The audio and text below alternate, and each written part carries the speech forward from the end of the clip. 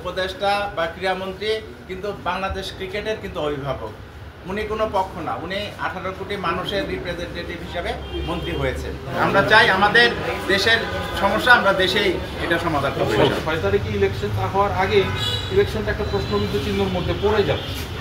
এটা দুনিয়ার কাছে এইভাবে উপস্থাপনাটা করা যাবে না, উপস্থাপন করা যাবে না।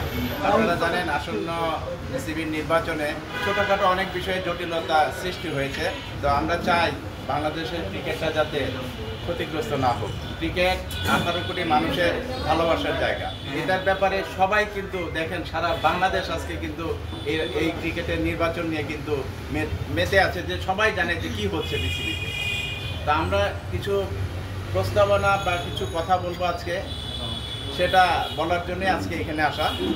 তো প্রথমত আমরা বলছি যে এই নির্বাচনটা যেভাবে হয়েছে, বারবার শিডিউল পরিবর্তন বা কাউন্সিলরদের নাম জমা, জেলা বিভাগের কাউন্সিলরদের নাম জমা দেওয়ার পরে তাদের বাতিল করা, 15টি ক্লাবকে বাতিল করা, এই যে এগুলি নিয়ে যে একটু জটিলতা, সেটা কিন্তু ক্রিকেটকে ক্ষতিগ্রস্ত করবে। আমরা চাই যে এগুলির অবসান হোক, একটা সুন্দর নির্বাচন হোক। এই যে 15টি ক্লাবকে যে বাতিল করেছে, কাউন্সিলর বাতিল করা মানে এই ক্লাবগুলির কিন্তু কোনো এখন আর অস্তিত্ব নেই। আমরা এটাই মনে করি। যদি কেউ বলে থাকে যে ক্লাব আছে, ক্লাব লিগে খেলবে কিন্তু কাউন্সিলর থাকবে না, এটা একেবারে কোনোভাবে এটা কেউ জাস্টিফাই করতে পারবে না যে এটা এই ক্লাব আছে কাউন্সিলর নেই। এটা একটা উদ্দেশ্য প্রণোদিত হতে পারে। আজকে বা গতকাল থেকে অনেক ক্রিকেটার আমাদের ফোন করেছে যে আমাদের কি হবে, আমরা নেক্সট এই যে আগামী মাস থেকে যে তৃতীয় বিভাগ, দ্বিতীয় বিভাগ ক্রিকেট লিগ হবে, সেখানে তারা কোথায় খেলবে? এতগুলি খেলোয়াড়, প্রায় 300-350 ক্রিকেটার, তাদেরও তো ভবিষ্যৎ আছে একটা। মাননীয় অ্যাডভাইজার কিন্তু ক্রিকেট না, সমস্ত খেলাধুলার এখন অভিভাবক। আমরা ওনার কাছে বলবো যে কি সমস্যা হয়েছে, এটা কিভাবে সমাধান করা যায়, সেটার জন্য আমরা কিছু কথা বলবো।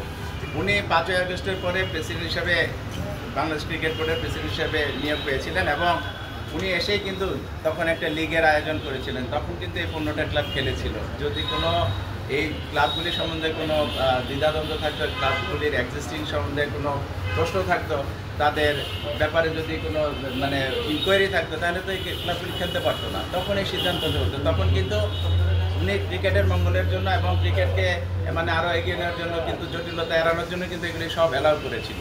তখন কিন্তু কোনো সমস্যা হয়নি। সমস্যাটা হয়েছে এই নির্বাচনকে কেন্দ্র করে। এটা একটা দ্বিচারিতা আমি মনে করি। উনি রিড করেছে, এটা কিন্তু আসলে কেমন হয়, ব্যাপারটা কেমন হয়, উনি কিন্তু অ্যালাউ করেছেন, উনি আবার রিড করেছেন। এইটা হওয়ার কথা নয়। কিন্তু আমরা ক্রিকেটের স্বার্থে আমরা এটা সুষ্ঠু সমাধান চাই। উপদেষ্টা বা ক্রীড়ামন্ত্রী কিন্তু বাংলাদেশ ক্রিকেটের কিন্তু অভিভাবক। উনি কোনো পক্ষ না, উনি 18 কোটি মানুষের রিপ্রেজেন্টেটিভ হিসাবে মন্ত্রী হয়েছেন এবং ক্রীড়াঙ্গনের ভালো মন্দ সব কিছু দেখার দায়িত্ব ওনার। আমরা চাই এই যে সমস্যাগুলি ওনার মাধ্যমে সমাধান হবে।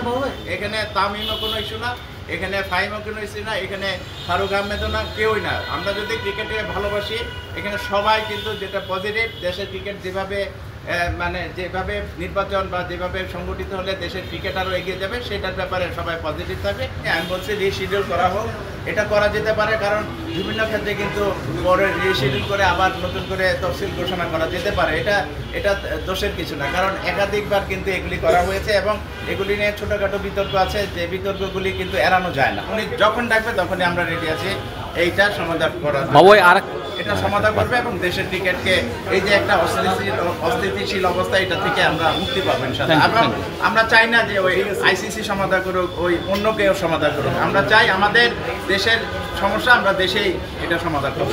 অতীতে যা হয়েছে এটা অতীত, সব ভুলে যেয়ে আমরা যদি ক্রিকেটকে এগিয়ে নিতে চাই, তাহলে আমাদের আবার সংগঠিত হতে হবে সবাই। এই ক্ষেত্রে আমি উপদেষ্টাকে একেবারে সেপারেট রাখছি। উনি অভিভাবক, আমাদের ভিতরে প্রবলেম থাকতে পারে, সেই প্রবলেমগুলি সলভ করার একমাত্র দায়িত্ব এখন ওনার। অনেকগুলো বিষয় নিয়ে নির্বাচনটা একটা প্রশ্নবিদ্ধ জায়গায় এসেছে।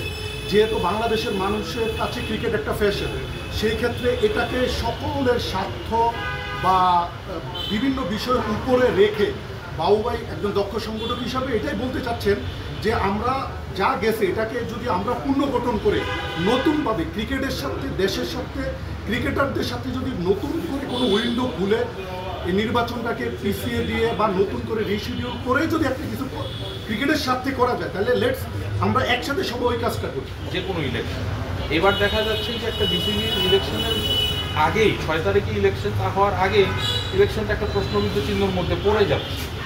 এইটা দুনিয়ার কাছে এইভাবে প্রস্তাবনাটা করা যাবে না, উপস্থাপন করা যাবে না।